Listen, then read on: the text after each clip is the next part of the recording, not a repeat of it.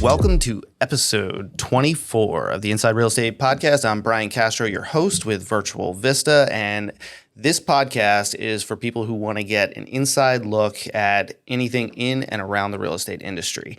Today, we're joined by Samantha Pratt, the visionary founder and creative director of Samantha Ashley Designs.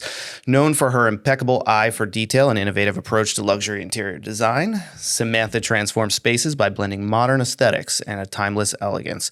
With a portfolio spanning residential, commercial, and hospitality projects, she's built a reputation for turning her clients' visions into stunning realities. Get ready to dive into the world of design with someone who truly knows how to elevate any space. Samantha, thank you for joining us. Oh, thank you. I feel fancy. So I was reading that your father owned an architectural millwork business. Yeah, still does. Very cool. So talk a little bit about that and how did you end up in your space? So I grew up pretty much around this industry my whole life. Like you said, my dad does architectural millwork, so I spent a lot of time in his shop, seeing how he works, being creative. Like he always encouraged that part growing up. So I was on job sites, in construction. I saw how things were built. I worked with materials. I really got like the inside scoop. And I think that's like where my passion for design came from, was being around it and seeing my dad love it and enjoy it. So it just kind of like the apple doesn't fall far from the tree a little bit. I know what you mean. I actually work with my father. Yeah. Slash business partner. Yeah. So what is architectural millwork? So like custom fit ups, like custom kitchens. Okay. Reception desks, the millwork, trim details, moldings, paneling, a lot of that architectural detailing that you see in homes and commercial spaces. That's really what they specialize in. Very cool. Yeah. So I do work in tandem with them on some projects where they provide like the Nice. millwork and those details that we design. How does that go? Smoothly? Working in tandem's great. Yeah. I don't think either of us could work for each other. But it's definitely something we've had to navigate over the years, but It's good. It's great. It's always good. I trust them a lot. Awesome. Yeah. So before we get any further, so who is Samantha Pratt? Give us a little background on yourself. Me. Aside from that. So I am a interior designer. No, just kidding. So I actually went to school for interiors. I have a BFA in interiors. I went to Moore. I studied it. And then out of college, I actually worked in DC for a little bit in the stone and tile industry. So I really learned a lot about like hard surfaces and materials. And then I decided I missed home too much. And I came back to the area and I worked at a boutique tile showroom. And I learned so much there with like bathrooms and kitchens and tiles and materials. And then from there, I worked for a design build firm for 5 years before I decided to go out on my own.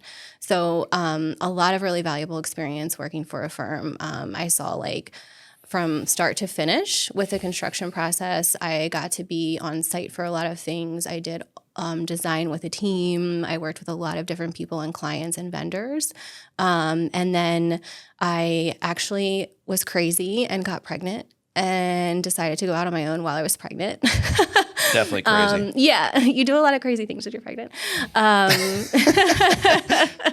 There's many, I could tell you more. And it just kind of expanded from there. And I've been really blessed and worked really hard. And yeah, we've grown the business from there. Very cool. Yeah. So how did like Samantha Ashley Designs come about? Like what was the catalyst? How did you decide this is what I want to do? So the previous firm I was working at really specialized in hard surfaces. So the countertops, the cabinets, the flooring, the paint, the doors, the windows, that kind of stuff. And as much as I loved that, I really wanted to get into some of those soft surfaces too. We would like go do photo shoots of these beautiful projects we did, and then they would have like old stools, at the countertop. And I'm like, oh, I could have picked out something so much better that would have looked, complete, would have completed the space. I just felt like there was a little bit missing. And I wanted to handle those projects from like studs to sofas. And that was kind of like my push to really want to do something on my own, because they didn't really want to do that kind of stuff. And I totally understand that. But I really wanted to get into that kind of space. So I just decided that it was time for me to move on and kind of grow. And the way I wanted to do that, I always did want to have my own business. And that was what I saw as my next step. Awesome. Yeah. Is Ashley your middle name? How'd you know? Lucky guess. Okay. So what makes a great space? A great space. Oh, that's a really good question. I think it really impacts how you feel, right? She's on it. So it has to make you feel a certain type of way, and people want to feel different ways in their spaces. So if you want to walk in and you want to feel comfortable, you want to feel cozy, I think it has to make you feel that way. I think there has to be a lot of different colors and layers and texture and lighting that helps bring that space to life in a way that you want to feel. So if you want to walk into your home and you want it to feel crisp and clean and, like a spa, then we have to deal with like soft colors, light and bright, clean lines, not a lot of like layer and detail and stuff like that. If you want it to feel cozy, we want like, plush finishes and, pillows and the cloud sofa and stuff like that. I think it just really determines how you want it to feel. Yeah. I find that I totally connect with that because so a lot of what my company does is we do property marketing. So we go into we see the worst of the worst things you could possibly imagine, but we also see some of the best.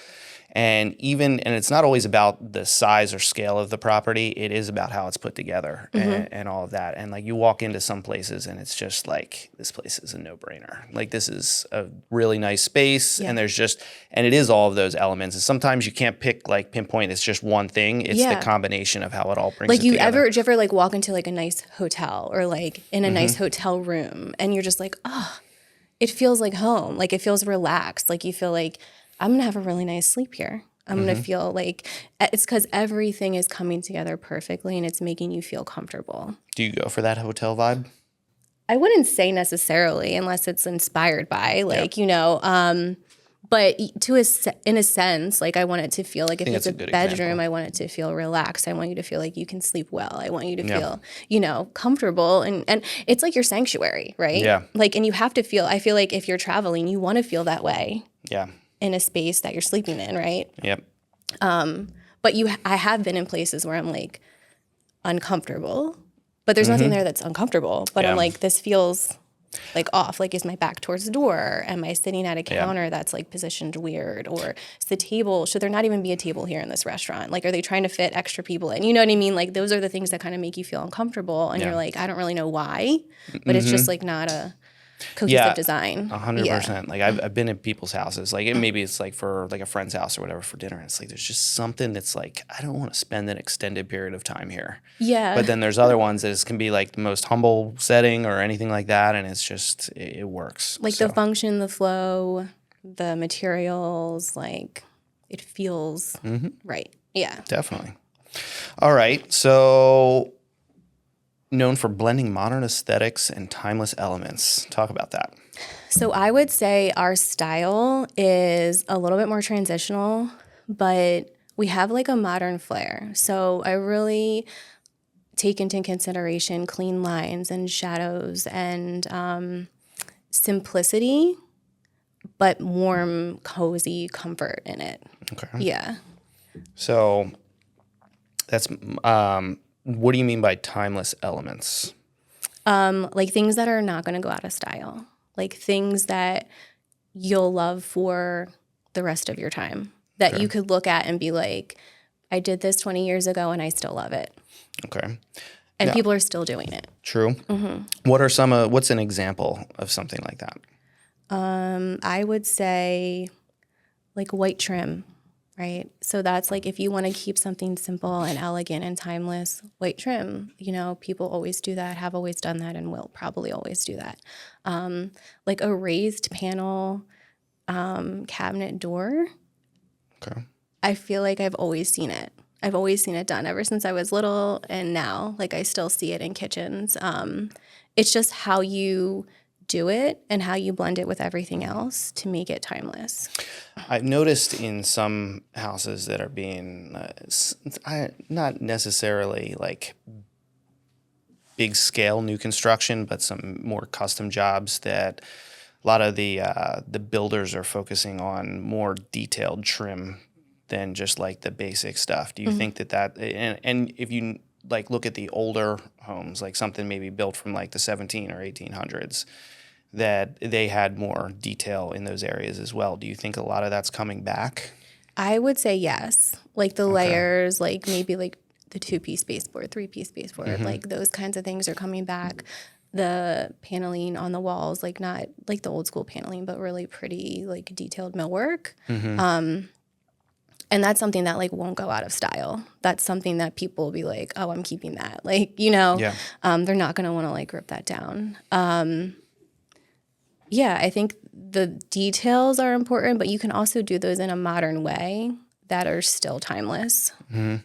So being that like my company, we're in and around the real estate space. Now I know it's like kind of connected, but there's overlap. I don't know if they're I don't know if I'd necessarily call them exactly connected, but people are looking at a lot of times ROI, like when they do that type of stuff. Because you're dealing with higher end stuff, do people consider that as much, or are they just looking to make their space their own? So most of our clients are coming to us because they love their home. Like they love the location of their home. They love the school district. They love their neighbors. And they really want to make it personal to them. And they want it to function in a way that works best for their family and their growing needs. And, you know, it might be their home for the next 10, 20 years, right? Okay. But those investments that they put into their home increase the value. Right. Right. So if they're planning on staying in it for a little bit, it's definitely going to benefit them in the long run. Okay. What are some things people are looking for when they come to you? Like maybe some consistent things that you see as like a trend. So we do a lot of like large scale renovations, and I would say most people are looking for a better floor plan, like a better overall layout. So you're taking things down to the studs? Yeah. Cool. Yeah, we're really helping them from the initial phases of the planning all the way to like the sofas and the pillows and the window treatments, candies in the dishes, all that. So we're with them for a long time, but they are really looking, it's starting at the plan, right? They're like, this is just not functioning for us. And most of the time it has to do with like a kitchen, right?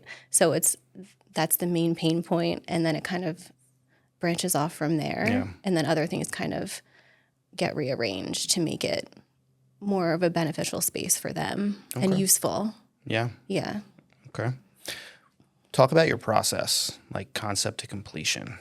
How do you, what's it like at a base level? How does it end up like working out with, because I'm sure you collaborate with the clients. They're not just, I mean, are there also situations where they're kind of just like, make it happen, you know? Those are great. I agree with us too. But I would say, 90% of the time it's a collaborative thing, right? So I like them to know that they're kind of part of the team. I need their feedback. I need to know what's inside their head. I need to know what their thoughts are and what their inspirations are.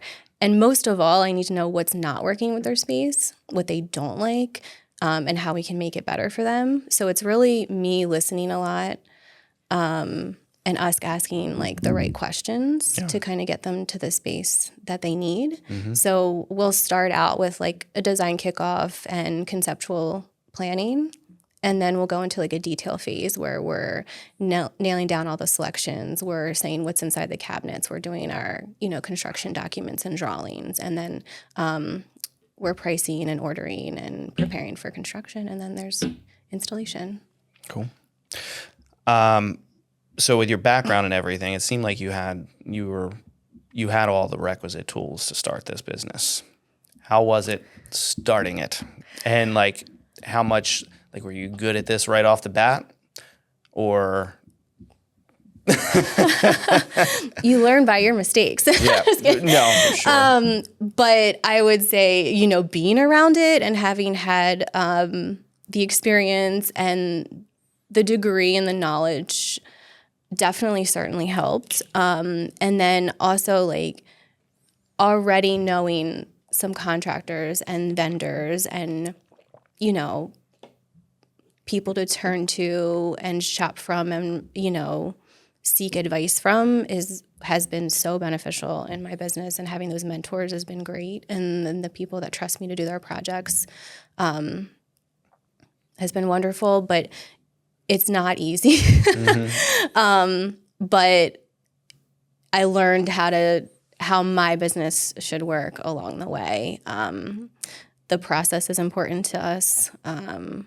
We're very detail driven in that sense. Like, we want to keep with a process. Everyone comes through the front door, everybody goes through the same thing. It's different projects, right? So there's a different level of like how many meetings and how many revisions and all that kind of stuff, but everyone's kind of going through the same phases and getting handled the same way in terms of like our onboarding and like our client headquarters and all those kinds of things. So everyone has the same stuff and the same process. It's just some are shorter and some are longer. Yeah.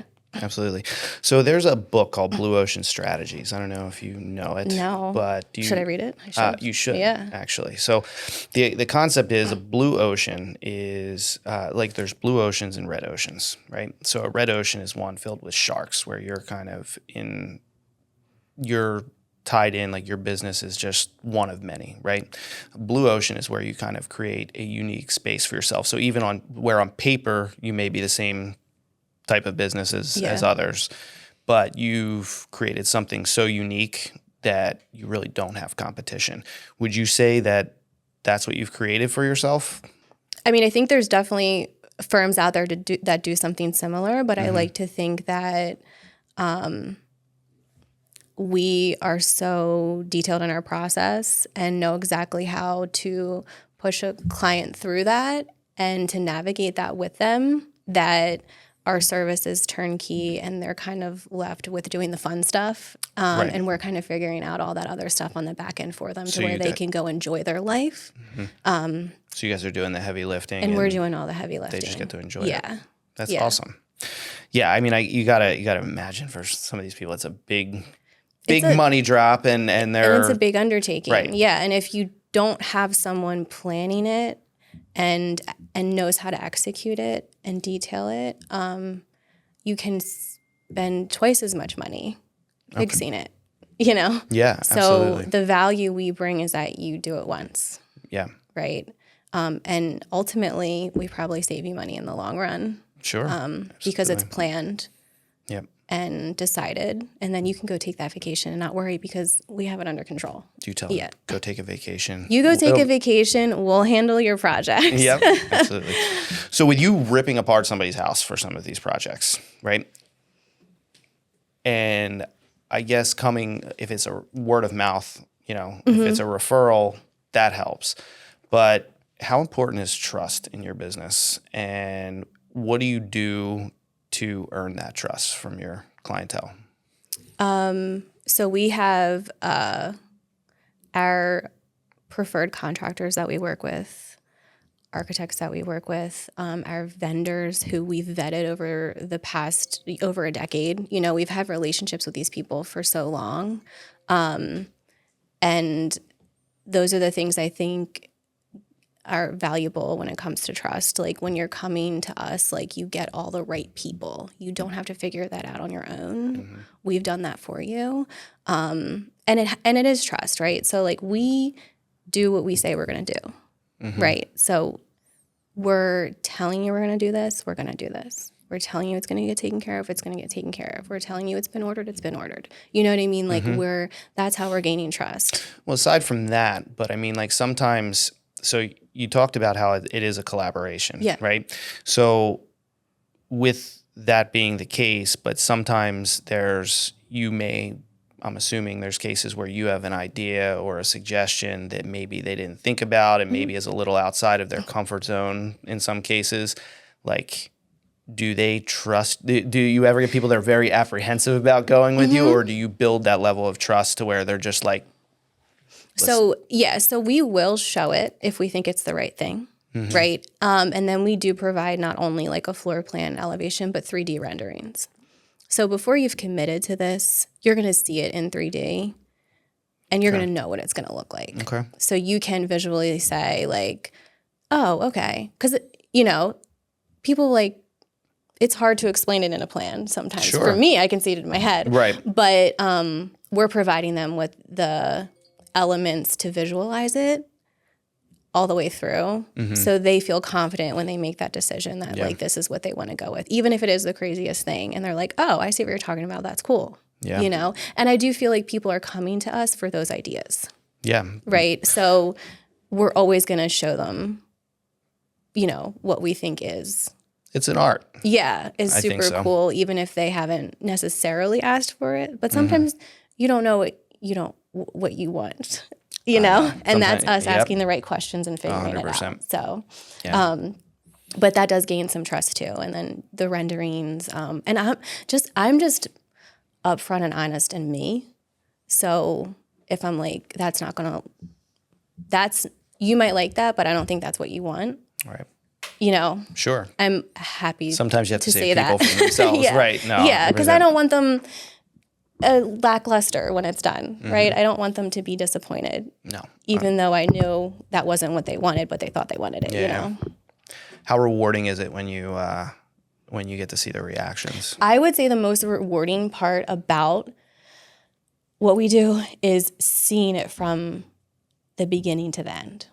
Like seeing the transformation and having people like living in their spaces and like it's like their dream, and they get to like experience this space and functions for them and it's like for their family and they love it. That is so rewarding. Are they seeing it in stages or they just sign off and then come back and see the finished thing? Most of the time they're seeing it through. Like, so during construction, and we'll do like weekly site visits. If they're not in town, we'll do a Zoom call with them while we're on site. We'll always keep them in the loop. We do, we always have touch points with our clients every week. So we do weekly updates to kind of let them know where their projects are, what's happened, what's going to happen, what the next steps are, that kind of thing. So they're always in the loop, whether they're around or not. Cool. Yeah. That's good. All right. So where do you draw inspiration from when beginning a new project? Like you walk into a space, like give me an example of a space you walk in, like what the condition might be, and just like, okay, how does that work for you? I mean, most of the time it's someone's home and they've lived in it for 20 years and they're just like, we're ready to like do something different with it. Or it's someone who's bought a home, lived in it for a year, they have children and they're like, this just isn't working for me. And I need the mudroom, I need the laundry room, I need, the kitchen for 4 kids and, I need to sit them down in here and do their homework. Like, you know what I mean? So they're just kind of telling me everything that they need and I walk through it. And then I just kind of sit down and think about it and sketch and look at their notes and try to get creative with things in the plan. And then I start pulling together like the palettes and the details and the questions and then just go from there. Okay. And sometimes when I have like creative like funk, I have to like leave my office and I just have to do something totally unrelated. And it's weird because then I'm like, it's like 2 a.m. and I'm like, the notes in my notes on my phone and all that kind of stuff. Definitely. Then it's at random times, but yeah, sometimes I have to walk away, but a lot of ideas come. What are some of those things you do for yourself to walk away that maybe is where one of those ideas comes? Like go get a coffee, as weird as that is, but like that transaction sometimes is like inspiring. I don't know why, but it's like, oh, okay, caffeine, thoughts. Interesting. I know. I know. Caffeine. Yeah. It's magic. And then sometimes it's just like a drive. Like a drive on like the back roads out by me, like I'm in Glenmore, is inspiring because I feel like that just like, you know, gets me thinking and kind of like alone, and then like music and stuff like that will really be like. Glenmore is really nice to drive around this time of year. Right? Once It's very the leaves start in pretty. the fall, Yeah. Yeah. And we have there's like sunflowers sometimes. So yeah, it's like it's inspiring, and it's kind of like just like freeing a little bit, you know, you just like let loose. I'm not behind a desk. Yes. Yeah. What current design trends are you enjoying right now? And what, if any, are you ready to see dive off a cliff? I literally hate trends. If I'm being honest, like I don't think anybody should literally fall victim to like a trend. Like if you love it, let's make it like curated and amazing for your space. Because if you love it, you're going to love it for the next 20 years. Like if it's hot pink, let's do it. Like I'm never going to be like, oh, that's not like on trend or that doesn't look good, because not everybody's doing it. I don't want to do spaces that everybody's doing. I don't want you to do spaces that everybody's doing. I don't think that trends are, you know, weird to me. It is. It's like, I mean, I wear what I like. I design for people who want to feel at home in their space. Right. And that's not on trend. That's not going to be what's, you know, on HGTV. That's not going to be, you know, they might be inspired by that, but there's going to be things about this space that is personal to them. And that's how every space that we're designing should be and should feel. And you should turn around in 20 years and still look at it and think it's timeless because you love it and it's your space. And the one trend that can die, though, is an all-white kitchen. Ready with that one. That one was terminate with extreme prejudice. Yeah. Like I think a white kitchen is very timeless, but I think layering it with like some wood tones and some paint and some stone countertops really makes it a little bit more elevated and timeless. Yeah. One thing I'm not anti a white kitchen cabinet, but all white kitchen cabinet. Yeah. I notice a lot of, I mean, it's been this way for a little while now, but the different color island versus the cabinets, is that something that you think will end up being timeless? I think it depends on how it's done. Can you expand on yes. that? Mm-hmm. So like just having an island a different color and then the perimeter one color feels a little disconnected to me. But pulling that color through somewhere else on the perimeter in the space makes it feel a little bit more timeless and intentional.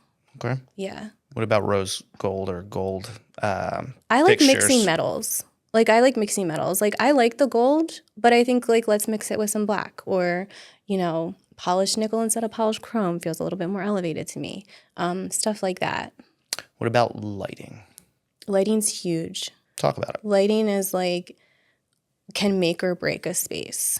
And I think you need layers to it.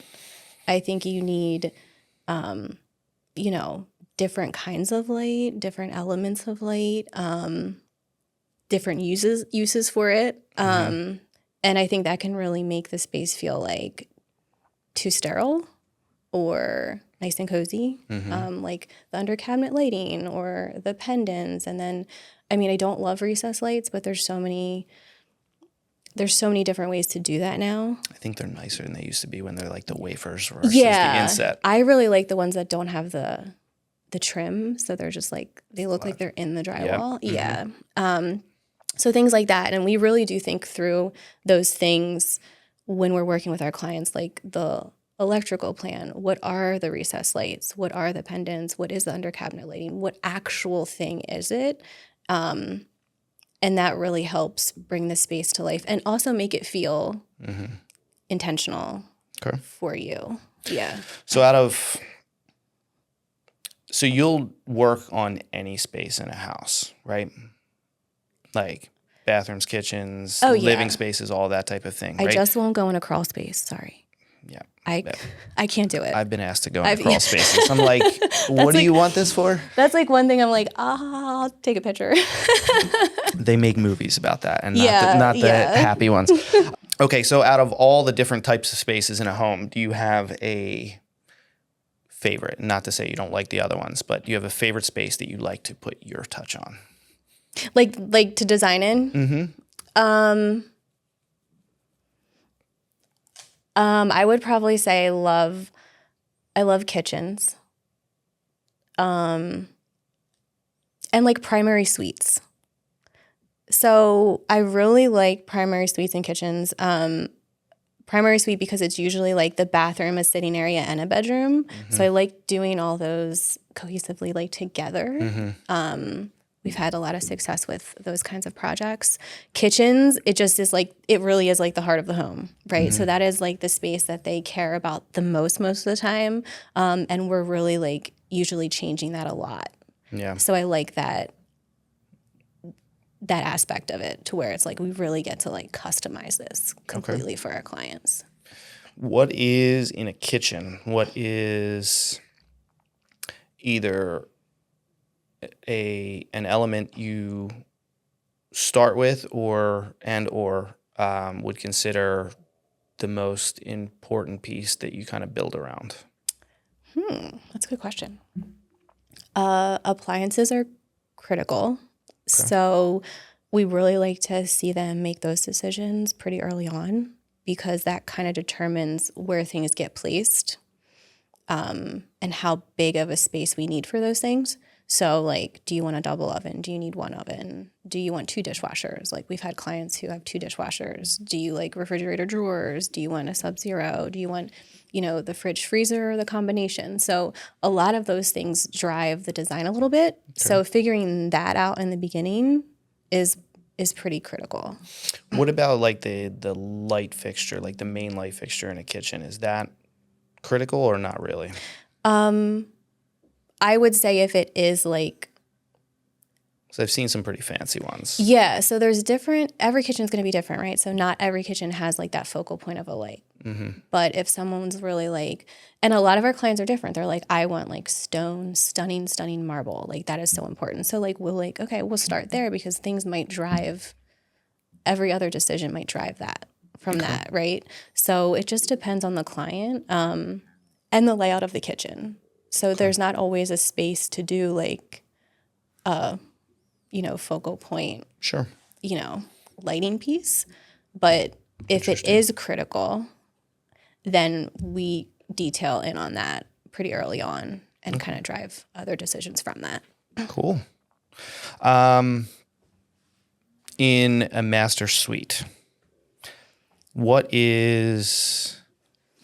you have like a signature thing you like to do in master suites if the client allows for it? Is there a feature you really like to put in there? That's a really good question. Cue the Jeopardy music. I know. I'm just trying to think about like if there's consistency in the past ones that we've done with something. I will say consistently, I use the color black somewhere. Nice. Like, that's not intentional. It just ends up happening. But it is based off of what I show the client. But it ends up being in there somewhere. I would say like rugs or layers of rugs. Okay. Is something that's pretty consistent. Like regular rug with area rug on top? No. So if it's like wall-to-wall carpet, it's going to be really pretty, like a wool, with a pattern or something. Yeah. But if it's like an area rug, I'm usually doing 2 layers of it. Okay. Like a larger one on the bottom and then another one on top. Interesting. Yeah. I see in a lot of either renovated or new construction these days that they're putting in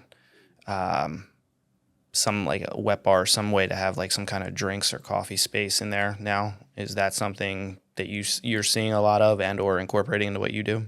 Yeah, so we did one of those about 5 years ago for the first time in like a primary suite, and then we just finished one last week for a primary suite too. And that it's becoming like a little bit of a thing, which is nice because if they have that sitting area and that TV space, they like to get like their coffee in the morning or like, some people put a drink in there for evening instead of having to go, because some of these houses are larger. So like having to go all the way down to the kitchen or somewhere else to get a drink or a snack, it's really convenient to have it in your room. Okay. What's an example of a project that you did where the collaboration with the client elevated the project to a place that you wouldn't have gotten to on your own? Whoa, that's an intense question. In terms of like the design? Mm-hmm. Or just the overall thing, like. So one that comes to mind that we're like working on now that is kind of like in its final stages. Okay. It's a new construction home. And the client came to us after they had the plans from the architect. So we kind of really redesigned some of the ceiling details and things like that. And they allowed us to do that. And they saw the vision and they were just like on board. Like they wanted to do something really different and pretty and cool. And they have really good taste. So we saw eye to eye on a lot of things. But without them letting us free and understanding the quality that comes with, that type of build that you need and that kind of stuff in materials and vendors, we couldn't have executed that project to where it's going to be without them having that understanding and willingness to let us do those things and choose those things. Why do you think they were so willing to do that? Well, it is a previous client. Okay. We've worked together before, and I think they really trust us, and we know them a little bit as well. And they are kind of always willing to like push the boundaries a little bit. That helps. So it helps like us present them with like those, little out of the box things.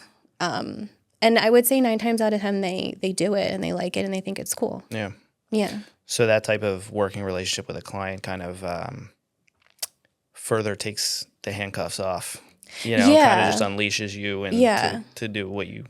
I would say the more you're willing to let go and let us provide you with some cool things, like that's what we're here for, like we're here to design. We're here to think about the things that you didn't think of. And that's a service that we're providing to you, right? So like, why would you come to us if you already have in your head what you want me to draw? It's like, no. Yeah. Yeah. It's better if you're just like, we want this space. We want these things. This is how it has to function for us. Like, I love the color blue. Like, you know what I mean? And then we're like, all right, cool. Like, we can, help you from there.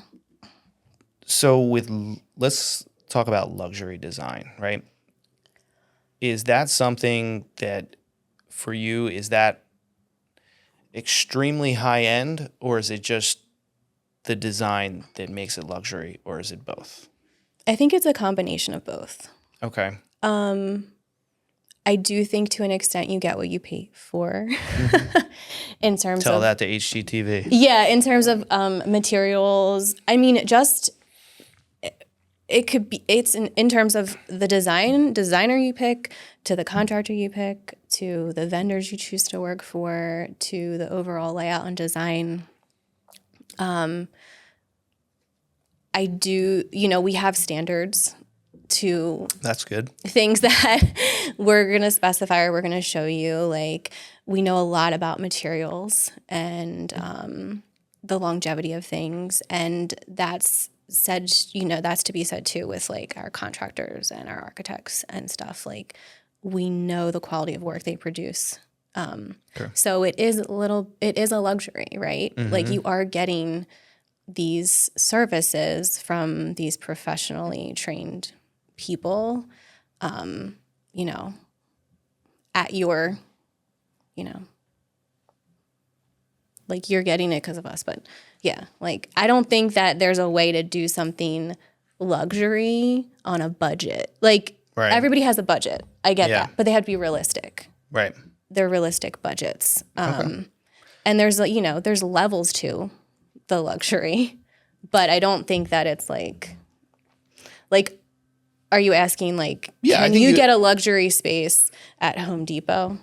Is that the question? No, I think just like I think it's more like what makes luxury design, I guess, essentially.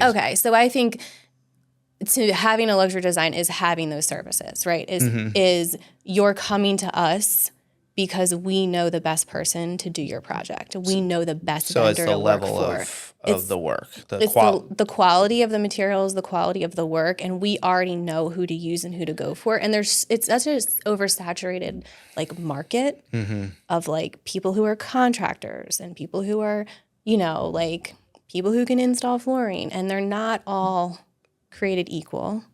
And having and knowing who the right people are is so beneficial because I've seen so many things. Yeah.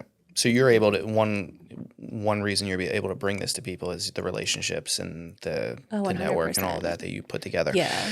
Is it possible for somebody on a budget? And when I say on a budget, not somebody that's like, I have just enough to do a kitchen or a master suite, but they don't have an American Express black card, but but is it possible for them to say, okay, we want luxury, and is there a way to do it, to bring it to a broader audience, to people, to bring it to more people where maybe there's certain areas that you can get the look without spending the crazy money on the materials, but then like spend the money where it really counts? Like, is that possible, or is it just you better be ready to pay if you want luxury? I mean, it depends on the look. True. But I mean, you have to have like a decent budget to have these services. Okay. If I'm being honest, because we cost money, your project costs money, the contractor costs money. Yeah. I mean, the difference is apparent. We do have conversations with our clients about where to spend the money, right? So there's places where spending the money is more beneficial to them than it is in other places. But a next client, it might be different, right?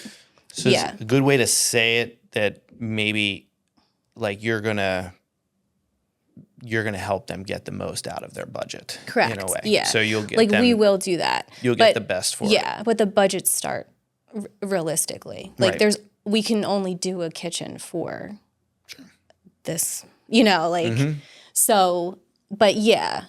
But some people it might be like, they really care about their appliances and like smart home stuff and that kind of thing. So like, we know that like, that's where we're gonna, drive them through making the right decisions for how they want to live in their home. But everybody else is different, right? Some people like the marble, I want the best, coolest, most unique stone. So we're going to find that for you. So we know that that's like important to them. Awesome. So everybody's different, but yes, we will have conversations about like, hey, maybe this seems really important to you. So this might be where, cool. A lot of that budget goes. All right. So we're coming up on the end. So what does the next 5 years look like for Samantha Ashley Designs? Oh my gosh. Well, now that I can like think about that, because I have Miss Quinn here, I really want to grow. I want to keep growing and doing, larger projects.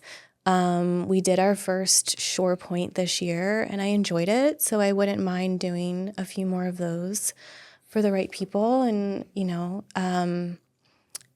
building partnerships and relationships with builders. I would love, and I have Monique now too. Yay, she does my social media. So that's cool. That's a cool thing that we're going to like dive into. Mm-hmm.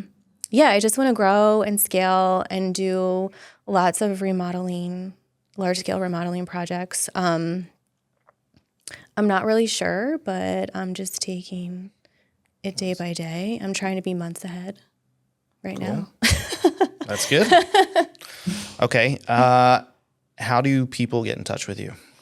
So our website has an inquiry form, and we ask a couple questions just to kind of see where your head's at with your project, what you're looking to do. And then if we think that we're a good fit, we'll set up a call, and we'll kind of chat about that and go from there.